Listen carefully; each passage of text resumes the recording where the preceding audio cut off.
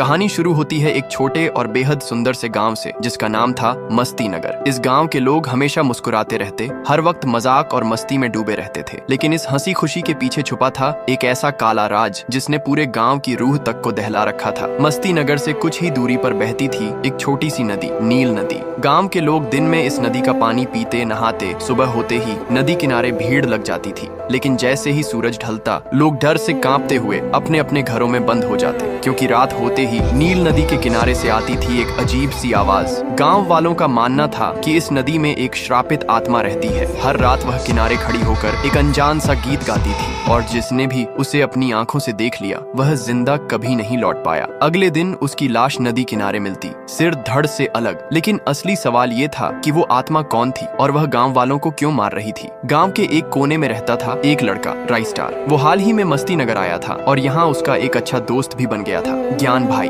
दोनों हर वक्त साथ रहते, सुबह सुबह नील नदी में नहाने भी जाते और खूब मस्ती करते। उनकी जिंदगी खुशियों से भरी थी, लेकिन ये खुशी ज्यादा दिन तक टिकने वाली नहीं थी। एक सुबह हमेशा की तरह ज्ञान भाई अपनी स्कूटी पर राइस्टार के घर पहुंचा और बोला, भाई चलो नील नदी चलते हैं, आज मैंने नई चड्डी पहनी है। राइस्टार जोर जोर से हंस पड़ा और दोनों स्कूटी पर बैठकर नदी की ओर निकल पड़े। वहां पहुंचकर दोनों ने नहाना शुरू किया और कब शाम ढल गई उन्हें पता ही नहीं चला। तभी अचानक गांव का एक आदमी हाथ में डंडा लेकर आया और चिल्लाया, जल्दी बाहर निकलो वरना देख लेना। राइस्टार और ज्ञान भाई ने एक दूसरे को देखा और हंसते हंसते भाग निकले। वे राइस्टार के घर पहुंचे। कुछ देर बाद राइस्टार बोला, भाई अब देर हो रही है, मैं घर जा रहा हूँ, नहीं तो मम्मी डांटेगी। ज्ञान भाई ने कहा, ठीक है भाई, बाएं। दोनों अपने अपने रास्ते निकल गए। लेकिन चलते चलते अचानक ज्ञान भाई को याद आया, अरे मैंने तो स्कूटी नदी किनारे ही छोड़ दी। वह भागते हुए फिर से नील नदी पहुंचा। काफी देर तक ढूंढने के बाद आखिरकार उसे अपनी स्कूटी नदी किनारे गिरी हुई मिली। इसी बीच नदी के अंदर से वही अजीब आवाज गूंज उठी। ज्ञान भाई ने डरते डरते नदी की ओर देखा। तभी पानी के भीतर से एक लड़की बाहर आई। उसने कुछ पल तक उसे घूरा